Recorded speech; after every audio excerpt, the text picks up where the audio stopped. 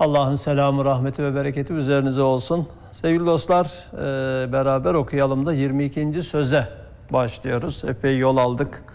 Birinci sözden itibaren 21 sözü okuduk elhamdülillah. Kitabında yarısına yaklaştık. Yani sözler olarak, sayısal olarak yarıyı geçtik ama hacim olarak demek ki geride kalan sözler daha hacimli, daha açılıyor. Onun için kitabın yarısına doğru geliyoruz.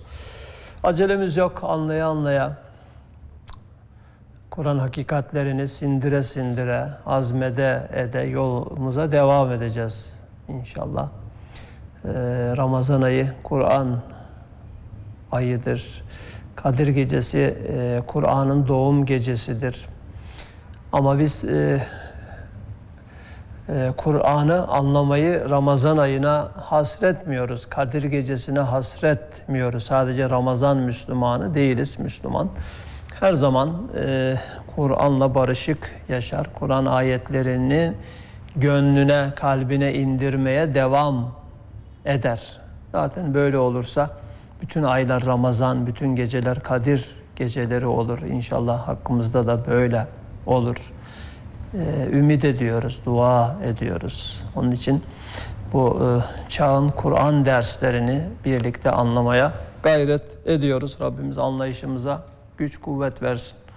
Evet, 22. söz 2 makamdır. Birinci makam Bismillahirrahmanirrahim ve yadribullahu l-emsale lin-nasi leallehum yetezekkerun ve tilkel emsalu nadribuha lin-nasi leallehum yetefekkerun. Kur'an'ın metotlarından birisi misallerle anlatmaktır. İşte bu ayetlerde o ifade ediliyor. Allah misaller verir ta ki insanlara misaller verir. Umulur ki düşünürler. Bu misalleri veriyoruz ta ki tefekkür edebilesiniz, tefekkürünüz kolaylaşsın. Misaller numaralı gözlükler gibidir yahut dürbünler gibidir yahut teleskoplar gibidir yahut mikroskoplar, elektronik mikroskoplar gibidir. Yani akıldan çok uzak şeyleri akla yaklaştırır. Dağınık şeyleri değerli toplu gösterir. Çok küçük aklın kavrayamayacağı ince meseleleri de büyütür, aklın görebileceği şekle getirir. Onun için bu temsilat-ı Kur'aniye, yani Kur'ani temsiller çokça istimal edilmiş. Risale-i Nur da Kur'an hakikatleri olarak aynen Kur'an'daki bu metodu almıştır. Burada da bir temsille başlayacağı için temsilin neden verildiğini ifade eden 2 ayeti sözün başına koymuş müellif. Temsil şöyle. Bir zaman 2 adam bir havuzda yıkandılar. Fevkalade bir tesir altında kendilerinden geçtiler. Gözlerini açtıkları vakit gördüler ki acip bir aleme götürülmüşler. Öyle bir alem ki kemal-i intizamından bir memleket hükmünde, belki bir şehir hükmünde, belki bir saray hükmündedir. Yani bir açıdan bir şehir, bir açıdan bakıldığı zaman bir memleket, bir açıdan bakıldığı zaman bir saray gibi görünen bir alemde, bilmedikleri bir alemde kendilerini bulmuşlar. Ki bu insan için bu dünyaya geliş, yani bu dünyada kendini bulma, sonradan dünya sahnesinde yer alma hakikatini temsil ediyor. Bu örnek. Evet. Kemal-i hayretlerinden, değil mi? İnsan kendini bilmediği bir yerde bulursa böyle şaşırır, yani şaşkın şaşkın etrafa bakar. Kemal-i hayretlerinden etraflarına baktılar. Gördüler ki Bir cihette bakılsa azim bir alem görünüyor. Bir cihette bakılsa muntazam bir memleket. Bir cihette bakılsa mükemmel bir şehir. Diğer bir cihette bakılsa gayet muhteşem bir alemi içine almış bir saraydır. Şu acayip alemde gezerek seyran ettiler. Gördüler ki bir kısım mahluklar var, bir tarz ile konuşuyorlar. Fakat bunlar onların dillerini bilmiyorlar. Dünyada gezdiğimiz zaman da bunu görüyoruz, yani bakıyoruz. Bahçeye giriyoruz, işte oradan ağaçların dallarından kuşlar kendi lisanlarıyla birbirlerine bir şeyler söylüyorlar. Kuş cıvıltıları duyuyoruz. İşte rüzgar esiyor, gök gürlüyor, gökyüzünden sesler geliyor. Değil mi? Sesli veya sessiz birçok konuşmalar, bazen böyle işaret diline benzeyen konuşmalara şahit oluyoruz ama bunlar da şahit olmuşlar, fakat bunlar onların dillerini bilmiyorlar. Yalnız işaretlerinden anlaşılıyor ki mühim işler görüyorlar ve ehemmiyetli vazifeler yapıyorlar.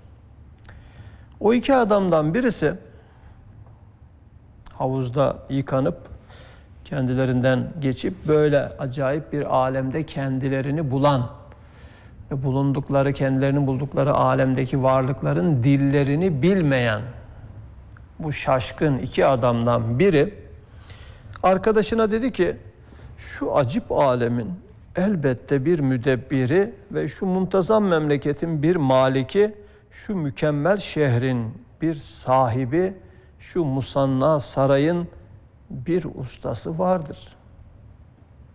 Yani bunu nereden çıkarıyor?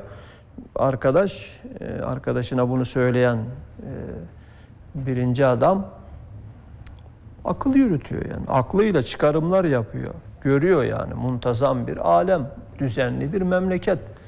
Demek ki bir idarecisi var yani. Değil mi? Böyle kurallar işleyen bir şehir. Demek ki bir valisi var. Böyle her yönüyle mükemmel bir saray. Demek ki bir sahibi var diye olması lazım diye mutlaka düşüncesini dile getiriyor. Bir daha okuyalım. O iki adamdan birisi arkadaşına dedi ki, şu acip alemin elbette bir müdebbiri ve şu muntazam memleketin bir maliki ve şu mükemmel şehrin bir sahibi, şu musanna sarayın bir ustası vardır. Biz çalışmalıyız, onu tanımalıyız. Çünkü anlaşılıyor ki bizi buraya getiren O'dur. Yani biz kendimiz gelmedik, kendimizi burada bulduk. Bizi buraya getiren niçin getirdi? Maksadı ne? Bizden ne istiyor? Bunları öğrenmemiz lazım. Evet, diyor. Biz çalışmalıyız, onu tanımalıyız. Çünkü anlaşılıyor ki bizi buraya getiren O'dur. Onu tanımazsak kim bize medet verecek? Dillerini bilmediğimiz ve onlar bizi dinlemedikleri şu aciz mahluklardan ne bekleyebiliriz?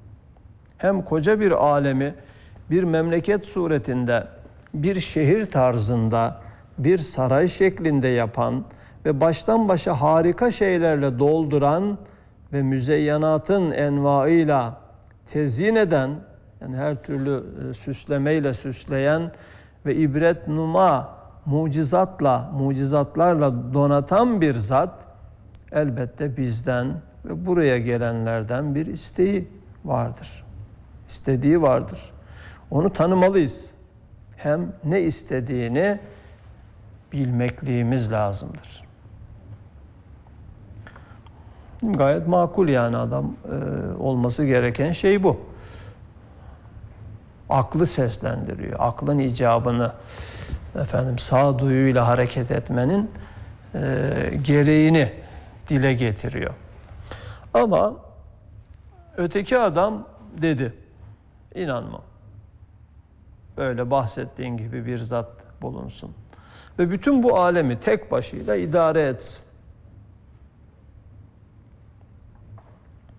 Arkadaşı cevaben dedi ki, bunu tanımazsak, bak diyor, bunu tanımazsak, lakayt kalsak, Lakayt, yani ilgilenmesek, duyarsız kalsak. Menfaati hiç yok. Yani tanımamanın, duyarsız kalmanın, düşünmemenin hiçbir yararı yok. Zararı olsa pek azimdir.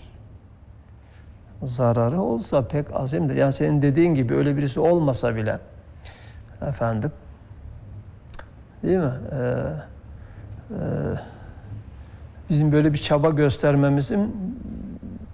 göstermememizin, yani duyarsız kalmamızın bir faydası olmaz.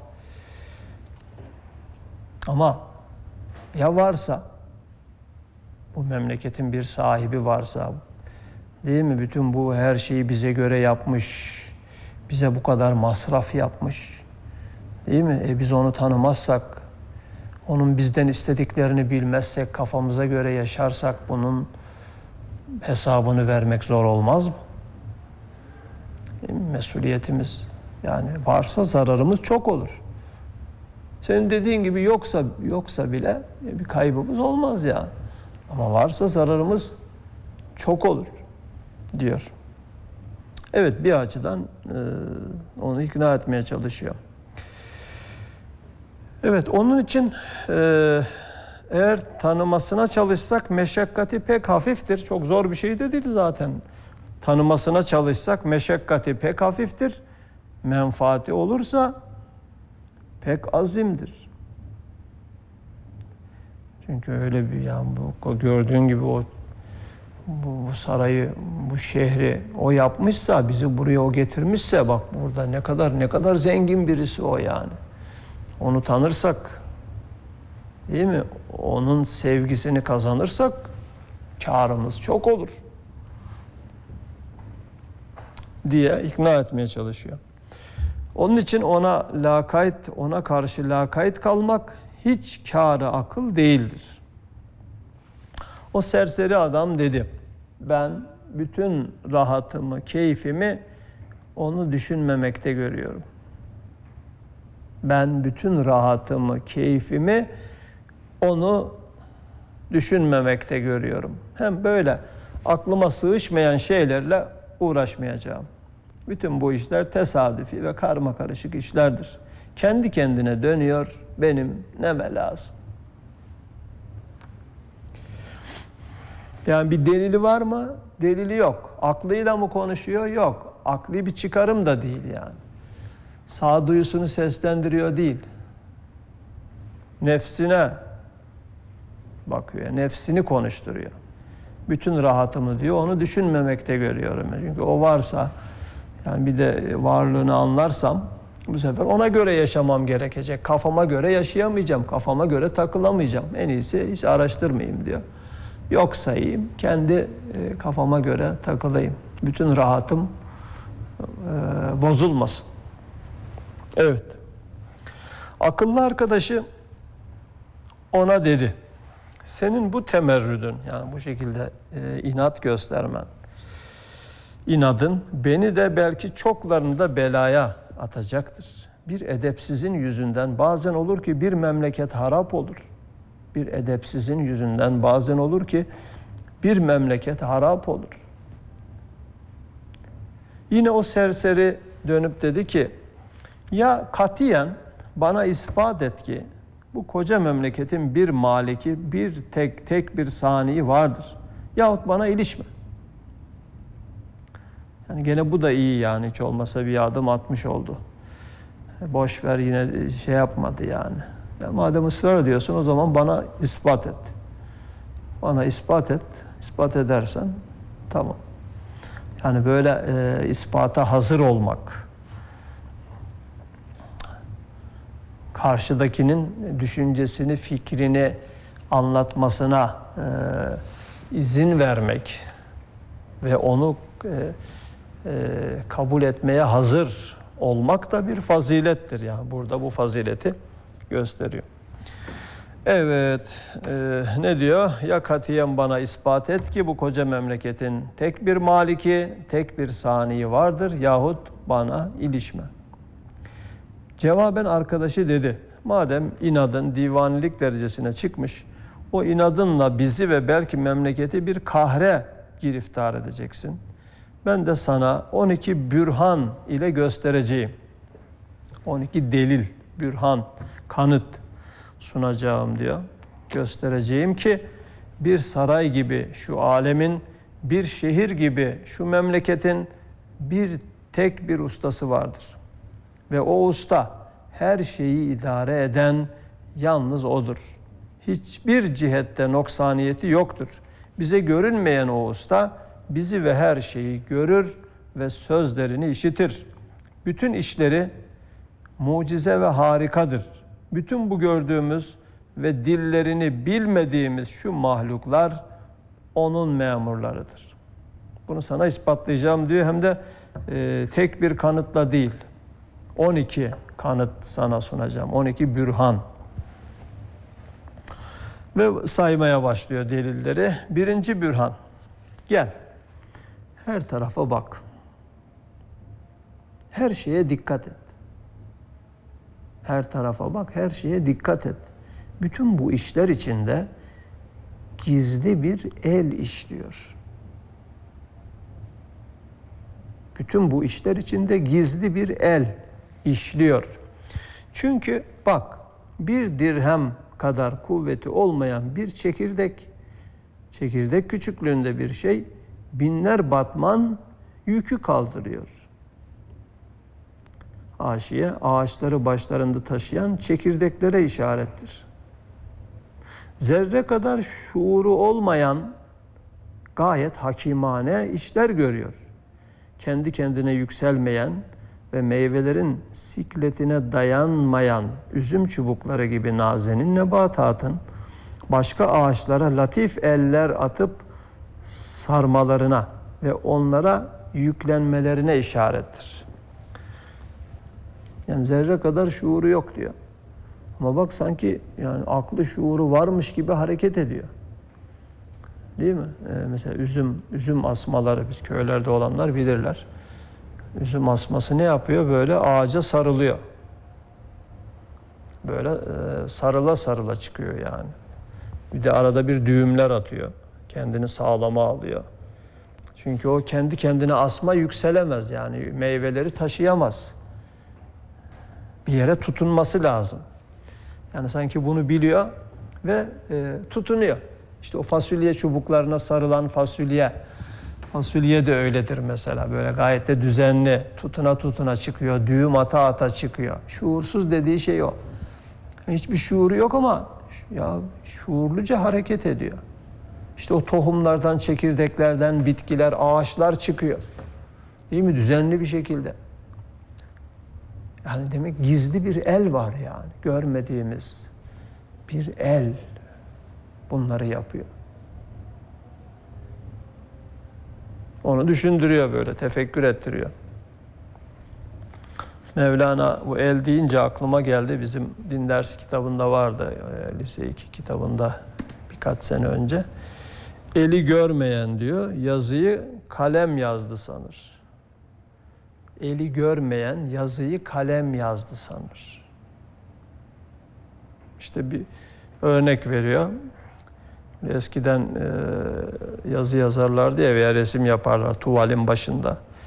İşte veya masada. Hatta çalışıyor şimdi, sermiş şeyi, yazı kağıdını. Ondan sonra işte divit, hokka yazı malzemeleriyle yazı yazıyor böyle. Orada birkaç karınca dolaşıyor. Karıncaları konuşturuyor. İntak sanatı yapıyor. Teşhis sanatı yapıyor. Bir karınca diyor ki o işte kağıdın etrafında dolaşıyor ya yanında.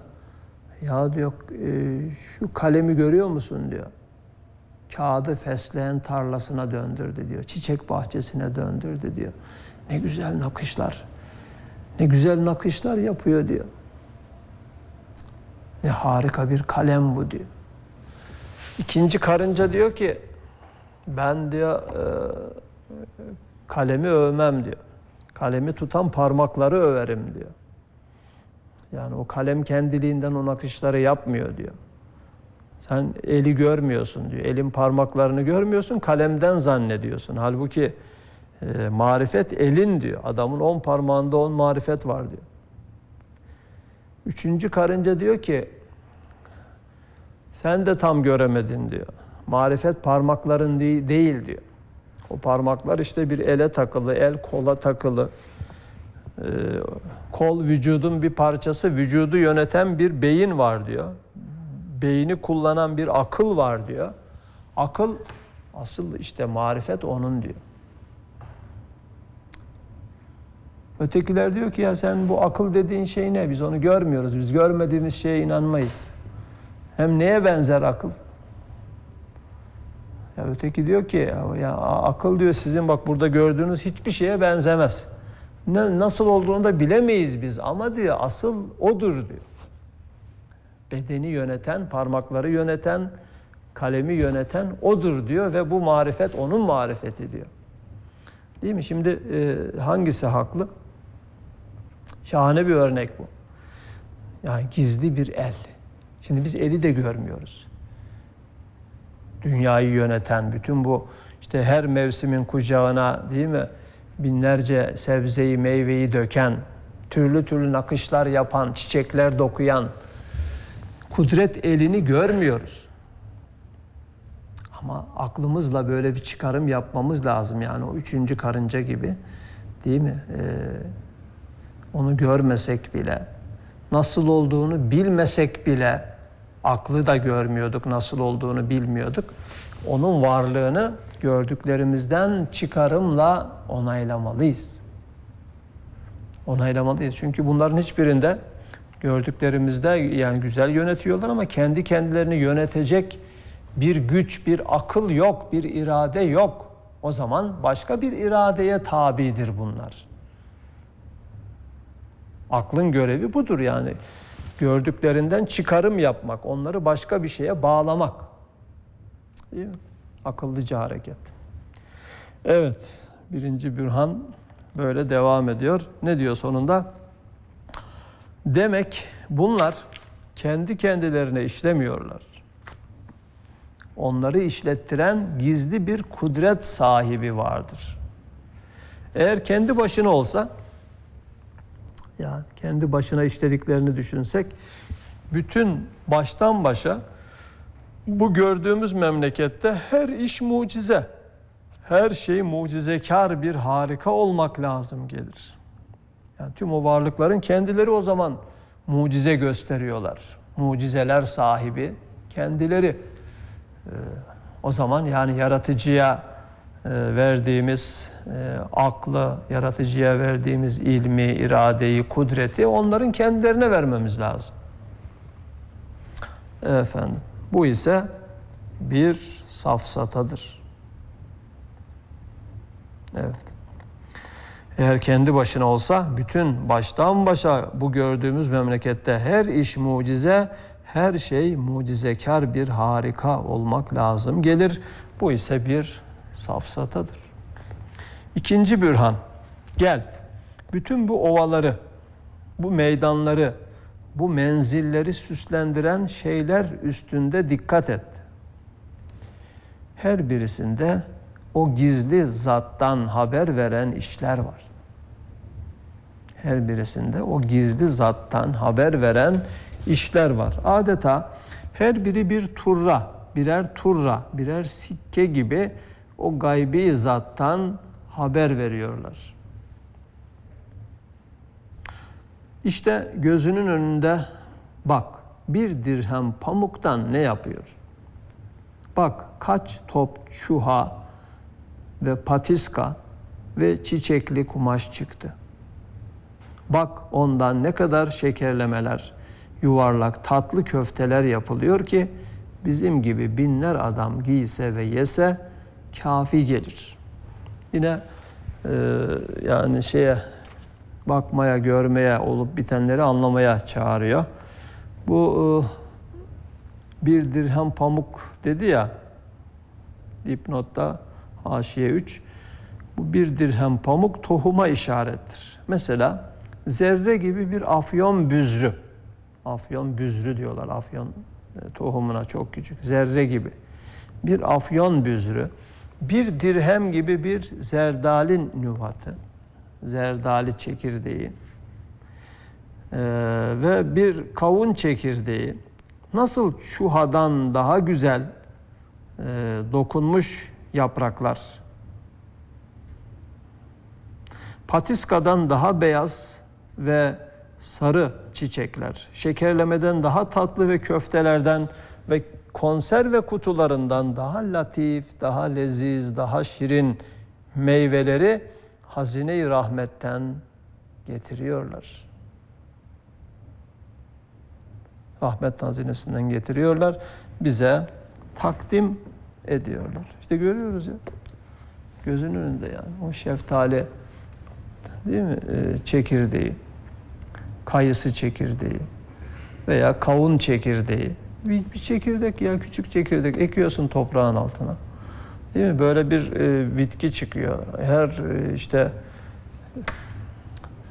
asma gibi yani kavun asmasına, ondan sonra kavunlar büyüyorlar gittikçe. Allah'ın tatlıları yani. Şekerlemeden daha tatlı. Patiskadan daha beyaz, sarı çiçekler, şekerlemeden daha tatlı köfteler. Değil mi? Her ağacın, her bitkinin kendisine göre uçlarına takılmış, onların eliyle bize uzatılan bütün bu yiyecekler, nimetler, onların işi mi yani? Onların işi olabilir mi? Evet, tefekkür.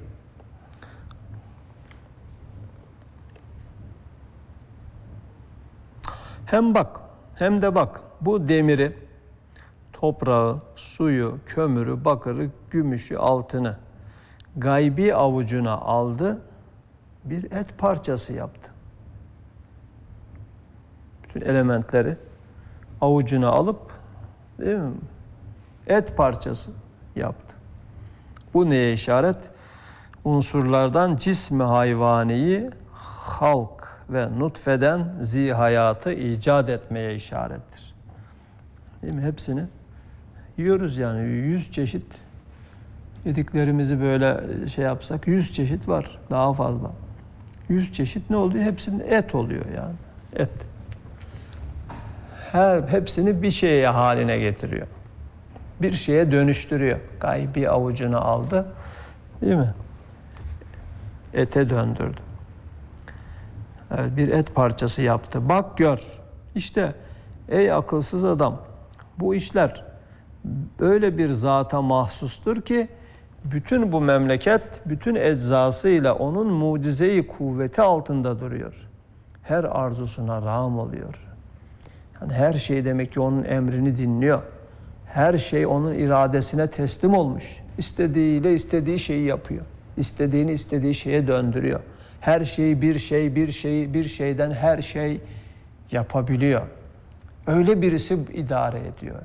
Yani böyle gizli bir kudret var. Onu görmüyoruz ama bütün bu gördüklerimiz bize onu gösteriyor diyor. Evet. Bir bürhan daha okuyalım. 3. bürhan. Gel. Bu müteharrik antika sanatlarına bak. Hareket halinde olan antika sanatlarına bak. Neymiş onlar? Haşiye 5, hayvanlara ve insanlara işarettir. Yani her hayvan ve insan hareket halinde antika bir sanat. Antikalığı nereden geliyor? Her birisi öyle bir tarzda yapılmış, adeta bu koca sarayın bir küçük nüshasıdır. Koca sarayın küçük bir nüshası. Yani bütün bu alemi onda sentezlemiş, onda bir araya getirmiş, onda birleştirmiş. Antikalığı bundan. Bütün sarayda, bu sarayda ne varsa o küçücük müteharrik makinelerde bulunuyor. Her biri makine yani mesela. Koyun, süt makinesi değil mi? Et makinesi, süt makinesi. Efendim. Tavuk, yumurta fabrikası, yumurta makinesi. Böyle. Ama bütün bu alemde, sarayda ne varsa o küçücük müteharrik makinelerde bulunuyor. Hiç mümkün müdür ki bu sarayın ustasından başka birisi gelip bu acip sarayı küçük bir makinede derc etsin? Hiç mümkün müdür ki bu sarayın ustasından başka birisi gelip bu acip sarayı küçük bir makinede derc etsin? Hem hiç mümkün müdür ki bir kutu kadar bir makine bütün bir alemi içine aldığı halde tesadüfi veya abes bir iş içinde bulunsun? Demek bütün gözün gördüğü ne kadar antika makineler var, o gizli zatın birer sikkesi hükmündedirler. Belki birer dellal, birer ilanname hükmündedirler. Lisan halleriyle derler ki, yani bütün hayvanlar, insanlar, bütün böyle bir alemi kendinde toplamış olmanın lisanı haliyle derler ki, biz öyle bir zatın sanatıyız ki bütün bu alemimizi bizi yaptığı ve suhuletle icat ettiği gibi kolaylıkla yapabilir bir zattır. Evet.